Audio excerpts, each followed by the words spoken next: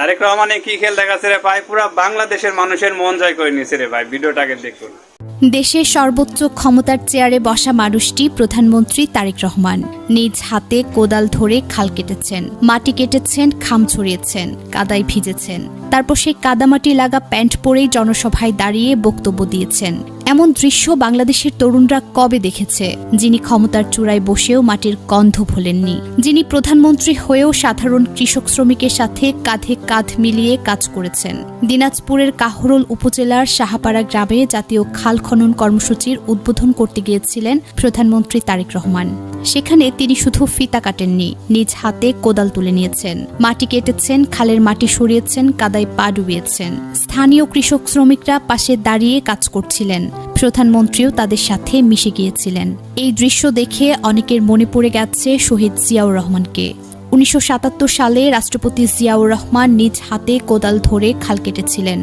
সারা দেশে খাল খনন কর্মসূচি চালু করে কৃষকের মুখে হাসি ফুটিয়েছিলেন। তিনি বলতেন, আমি রাষ্ট্রপতি, কিন্তু আমি তোমাদেরই একজন। মাটির সাথে মিশে থাকতে হবে। আজ ছেলে তারেক রহমান সেই একই পথে হাঁটছেন। প্রধানমন্ত্রী হয়েও তিনি বলছেন, ক্ষমতা আমার জন্য নয়, দেশের মানুষের জন্য। আমি তোমাদের পাশে থাকব, তোমাদের সাথে কাজ করব। আজকের তরুণরা দেখছে, নেতা মানে শুধু স্যুটটাই পরে বক্তৃতা দেয়া নয়। নেতা মানে কাদায় নামা, ঘাম ছড়ানো, মানুষের সাথে মিশে যাওয়া।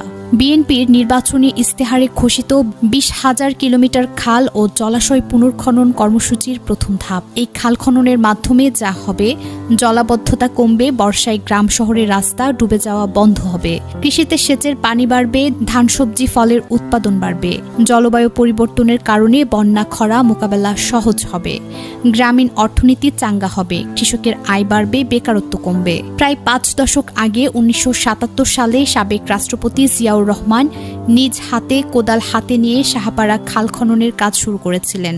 স্থানীয় কুলসুম বেগম 74 স্মৃতিচারণ করে বললেন, বাবার মতোই ছেলে খাল কাটছে। শহীদ জিয়া মানুষজনকে নিয়ে স্বেচ্ছাশ্রমে খাল কাটার কর্মসূচিতে যোগ দিতেন। এখন তারেক রহমান সেই পথ অনুসরণ করছেন। সোমবার দুপুরে তারেক রহমান খাল পুনর্খনন কর্মসূচির উদ্বোধন করেন। 12.2 কিলোমিটার দীর্ঘ সাহাপাড়া খাল পুনর্খননের মাধ্যমে শুরু হয় দেশের বিভিন্ন অঞ্চলের খাল খনন ও পুনর্খনন কর্মসূচি।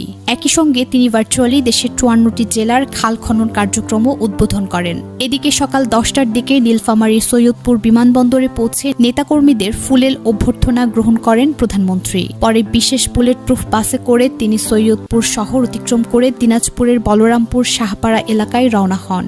পথে স্থানীয়রা হাত নেড়ে শুভেচ্ছা জানান আর উৎসাহ উদ্দীপনা